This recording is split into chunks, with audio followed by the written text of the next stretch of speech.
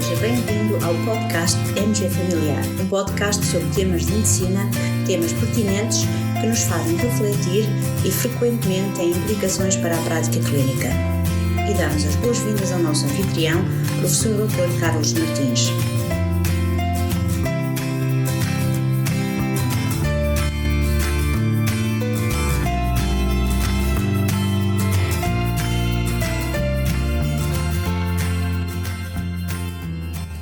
Sejam bem-vindos a mais um episódio do nosso podcast MG Familiar. Desta vez um episódio videogravado e, ao mesmo tempo, digamos, com o modo tradicional de podcast. Ou seja, quem quiser poderá visualizar este episódio no YouTube com uma componente de vídeo. Quem quiser poderá, como habitualmente, ouvir o nosso episódio nas plataformas de podcast. Hoje vamos mais uma vez falar sobre Covid-19 e vamos falar sobre uma questão que é muito pertinente no momento em que nos encontramos. Encontramos já numa fase de um certo desconfinamento e é uma fase preocupante e é uma fase que carece de algum cuidado. Nós temos que ter noção de que os riscos associados a esta doença, à doença Covid-19, ainda não estão resolvidos, ainda não dispomos de tratamentos eficazes, ainda não dispomos de uma vacina e o vírus SARS-CoV-2 continua a circular na nossa comunidade, portanto, continua a existir o risco de contrairmos uma infecção. Basta ter a noção de que no momento em que, por exemplo, encerramos o nosso país e encerramos as escolas e encerramos as várias atividades económicas, etc., tínhamos cerca de 100, 112 casos ativos em Portugal. Neste momento temos mais de 20 mil casos ativos. É verdade que neste momento existe já uma maior percepção na comunidade, maior cuidado por parte das pessoas, por exemplo, já se começa a ver o uso generalizado de máscaras e isso confere-nos alguma proteção, mas a verdade é que o risco de voltarmos a entrar numa fase crescente deste surto pandémico existe, é real e por isso carece de muitos cuidados. Uma das questões sobre as quais tem havido bastante debate ao nível académico, mas também na sociedade, relaciona-se com a questão da abertura das escolas e das creches e infantários. No fundo, eu tenho até observado alguns equívocos na comunicação social, na nossa sociedade, e um dos equívocos passa pela resposta a esta questão. As crianças são menos infectadas pelo SARS-CoV-2? Esta questão é pertinente e é relevante, sobretudo quando pretendemos reabrir as escolas. Ao longo deste episódio, deste podcast, eu vou apresentar estudos muito recentes, alguns ainda em fase de pré-publicação, mas que nos trazem aqui realmente pistas sobre esta fase em que nos encontramos e sobre esta temática do risco da abertura das escolas. Então, começando aqui por um estudo que foi realizado em Shenzhen, na China, é um estudo pré-publicado, o primeiro autor é o Qifeng Bi. No fundo, neste estudo foram estudados 391 casos e depois, a partir do rastreamento de contactos, aquilo que normalmente em inglês se designa por contact tracing, foram analisados 1.286 contactos. No fundo, 1.286 pessoas próximas dos tais 391 casos iniciais. Isto tudo num espaço temporal relativamente curto, num mês.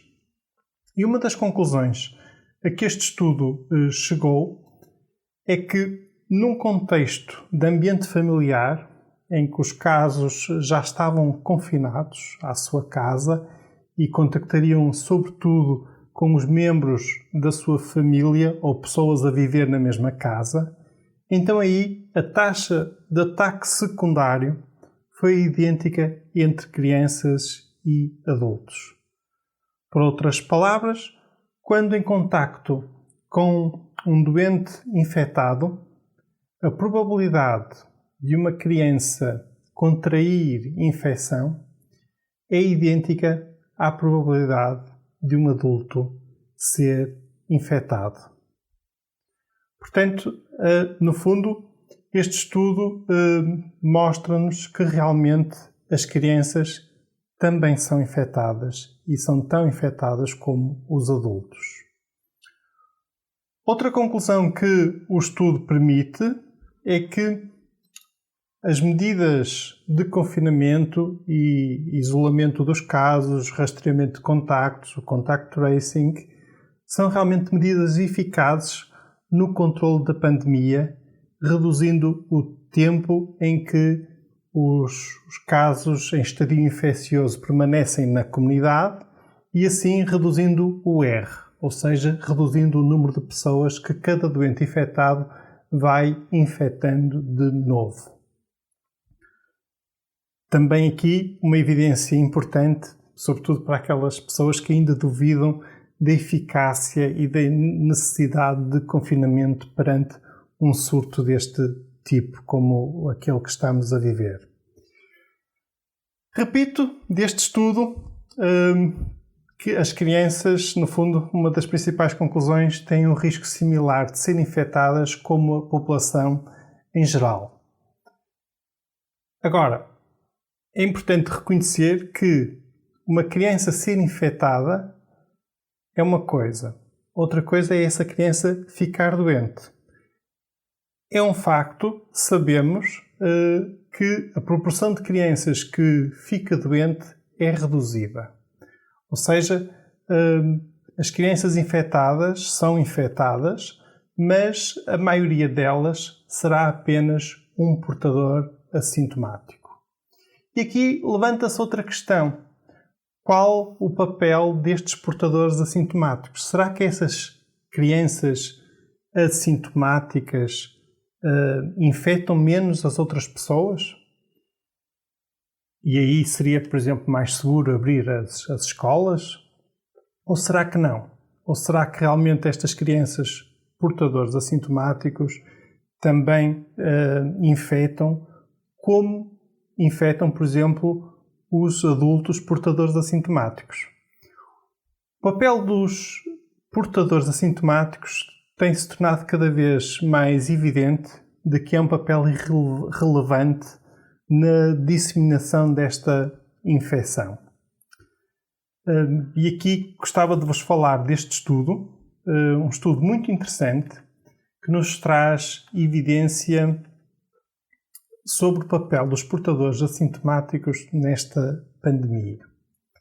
Trata-se de um estudo realizado por um grupo de epidemiologistas italiano, em articulação com um reputado epidemiologista inglês, Neil Ferguson, que trabalha no Imperial College de Londres e que inclusivamente foi consultor do governo britânico na gestão desta crise. Este estudo realizou-se numa pequena localidade de Itália, uma localidade que se chama Vaux, perto de Pádua, uma localidade com 3.275 habitantes.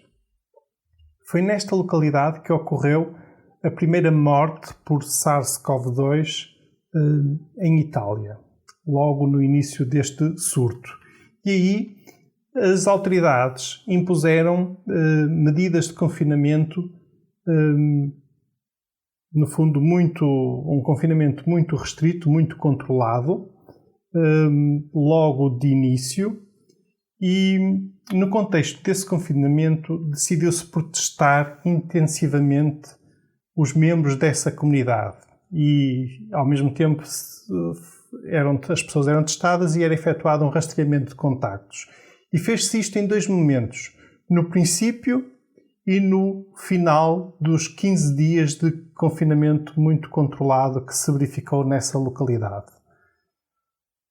Neste estudo, agora então também em fase de pré-publicação, foram analisados os dados obtidos desses 2 momentos, ou seja, quer dos resultados dos testes, quer dos resultados do ponto de vista de rastreamento de contactos e todos os dados recolhidos. Uma das conclusões mais relevantes deste estudo reside no facto de ele nos mostrar que 43% das pessoas com infecção confirmada eram assintomáticas. 43% é uma percentagem muito relevante, mas as conclusões não se ficam por aqui. Quando comparada a carga viral entre as pessoas sintomáticas, portanto doentes com Covid-19, com as pessoas assintomáticas, não se verificou uma diferença estatisticamente significativa. O que significa que os portadores assintomáticos são potencialmente tão infecciosos como os sintomáticos. Então, mais uma vez aqui a relevância do papel dos portadores assintomáticos na disseminação desta doença. Agora, voltando às crianças. Nós já sabemos que elas são infectadas e que a maioria delas não desenvolve doença, mas será que então, como portadoras assintomáticos, também desempenham um papel relevante na transmissão, no contágio? Aqui é certo que subsistem ainda algumas dúvidas, mas, mais uma vez, alguns estudos muito recentes trazem-nos alguma luz sobre esta questão. Um desses estudos foi tornado público e de acesso livre pelo virologista alemão Christian Drosten. Trata-se de um virologista que trabalha no Hospital e Universidade de Berlim e que também tem sido consultor do governo alemão na gestão deste surto pandémico. E ele trabalha num grande laboratório central de Berlim, onde tem sido realizada uma grande quantidade de análises do tipo RT-PCR teste para a detecção do SARS-CoV-2. Este grupo de investigadores foi então avaliar os resultados dos RT-PCR testes realizados a 3.712 pessoas e foi analisar se haveria alguma relação entre a idade das pessoas e a carga viral nas amostras colhidas.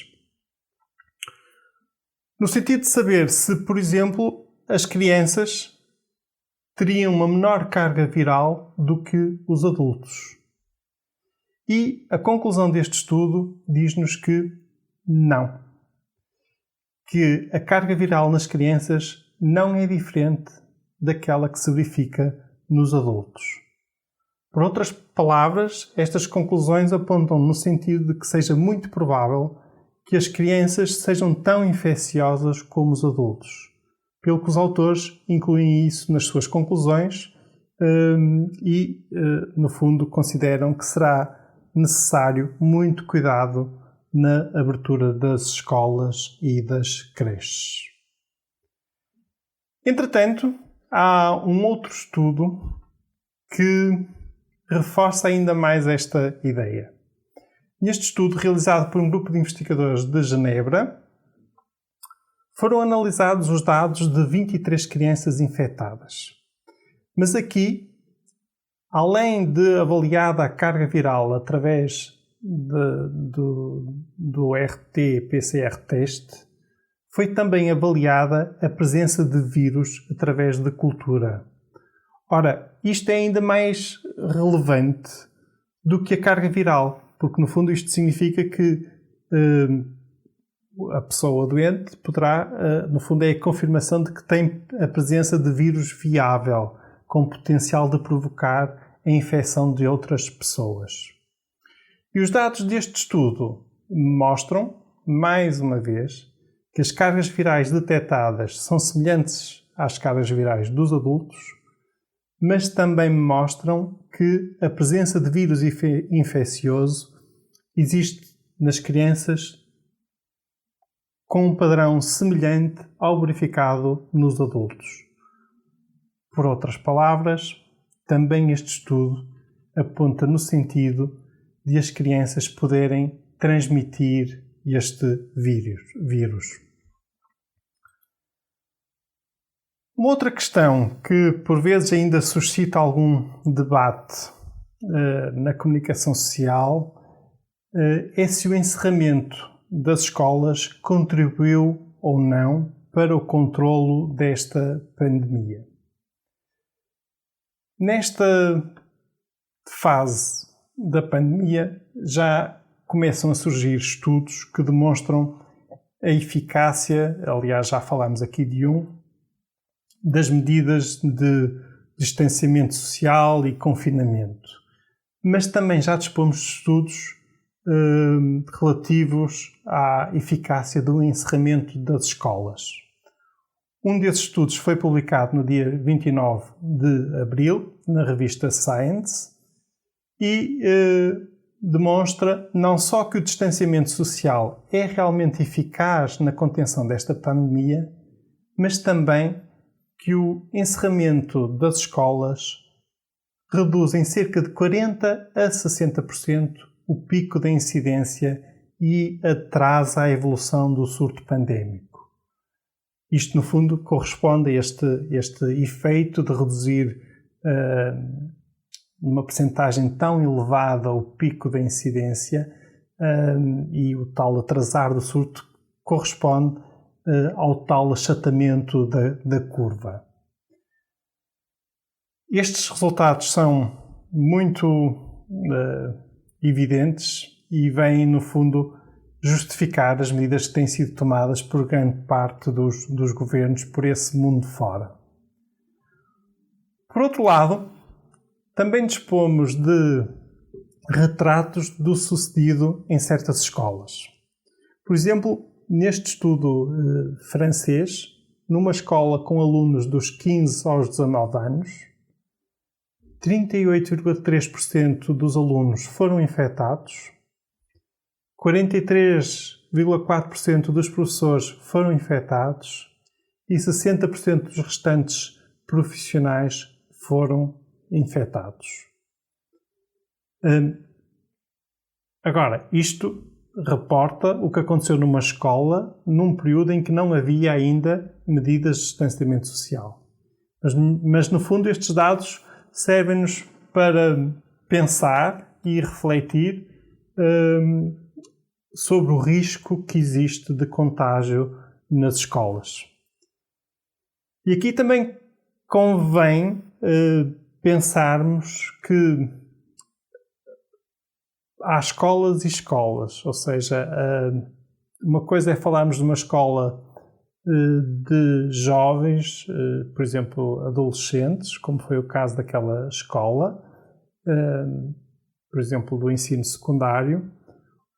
Outra coisa é falarmos, por exemplo, de creches com crianças pequeninas.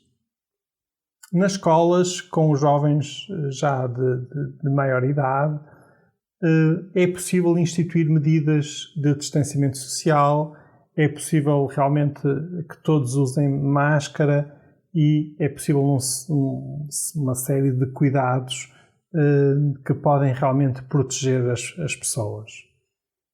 Embora possa ser difícil, porque no fundo sabemos como é que os jovens são e gostam de brincar e gostam no fundo, de estar próximos uns dos outros, mas nessas idades será mais fácil implementar essas medidas. Contudo, nas creches, as crianças pequeninas não é possível colocar-lhes uma máscara e nem é possível o distanciamento social. E nós sabemos como é que são as crianças pequeninas. As crianças pequeninas colocam as mãos em tudo que é sítio, no chão, rapidamente levam as mãos, por exemplo, ao nariz, à boca, e isso não se consegue controlar. Por isso, o risco da reabertura das creches é realmente um risco muito, muito considerável. Basta pensar o que acontece habitualmente, por exemplo, na época do inverno, todos os anos. Realmente, muitas vezes, e muitas famílias sentem isso quando têm crianças pequeninas, ficam com febre, apanharam provavelmente a infecção na creche, depois ficam em casa uns dias, melhoram, voltam para a creche, passado meia dúzia de dias voltam para casa com febre, porque entretanto contraíram outra infecção, porque realmente na creche isso é o habitual. Os vírus que circulam no inverno e que são muito frequentes e vários, vão passando realmente de criança para criança e depois é a criança que traz para casa essa infecção e muitas vezes depois percorre a família toda.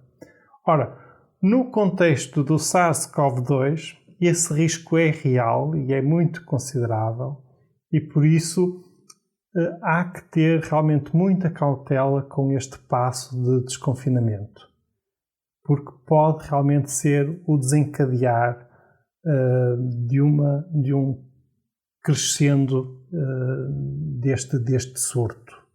E agora já sabemos que as crianças realmente também são infectadas e com elevada probabilidade também contagiam terceiros. Portanto, este é um passo que carece de cuidado. Temos já noção de que este risco existe e temos que ter, no fundo, também noção que este período, para todos, e não só, digamos, para as crianças e para os jovens, mas para nós todos, adultos, carece realmente de uma série de cuidados. Nossa vida vai voltar ao normal, mas não é já. E temos que ter consciência disso e encarar isto como algo de positivo e não como algo de definitivo. No fundo, esta fase que estamos a viver é uma fase transitória e depois, então sim, a nossa vida há de voltar ao normal. Deixo uma última mensagem. Além de todos os cuidados que temos que ter, do uso da máscara generalizado na comunidade, para uma proteção coletiva de todos e sobretudo em ambientes fechados, a higiene e cuidado das mãos, o evitar de levar as mãos à boca, ao nariz, aos olhos. Há aqui, por exemplo, uma atitude muito simples nestes próximos tempos que é importante ter e que é diferente do que era a prática habitual. Todos nós, de vez em quando, nos sentimos ligeiramente doentes. Uma tosse ligeira, uma fadiga, uma dor de cabeça, mas são sintomas por vezes ligeiros e que não nos impediam de ir, por exemplo, para o nosso local de trabalho e continuar a trabalhar e muitas vezes até, passado alguns dias, esses sintomas passavam. Neste contexto deste surto pandémico da doença Covid-19, no fundo, qualquer um de nós, se sentir ligeiramente adoentado, não deverá sair de casa, não deverá continuar a trabalhar no seu local de trabalho, porque a possibilidade da pessoa estar infectada com SARS-CoV-2 e aí, saindo de casa, vai infectar outros, é uma possibilidade muito, muito séria. No fundo, aí a pessoa deverá contactar as linhas do SNS e então depois agir de acordo com as recomendações que receber a partir desse contacto. Mas realmente são mudanças das nossas rotinas que é importante estarmos atentos nesta fase das nossas vidas e neste período de desconfinamento. Fiquem bem, continuem bem e muito obrigado por ter ouvido este episódio do podcast MG Familiar. Obrigado.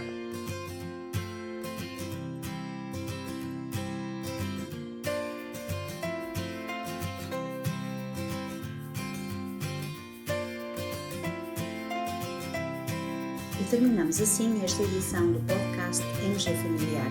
Muito obrigada por nos ouvir. Se desejar completar a sua leitura, muitos dos conteúdos abordados neste podcast estão disponíveis em www.mgfamiliar.net. Até à próxima!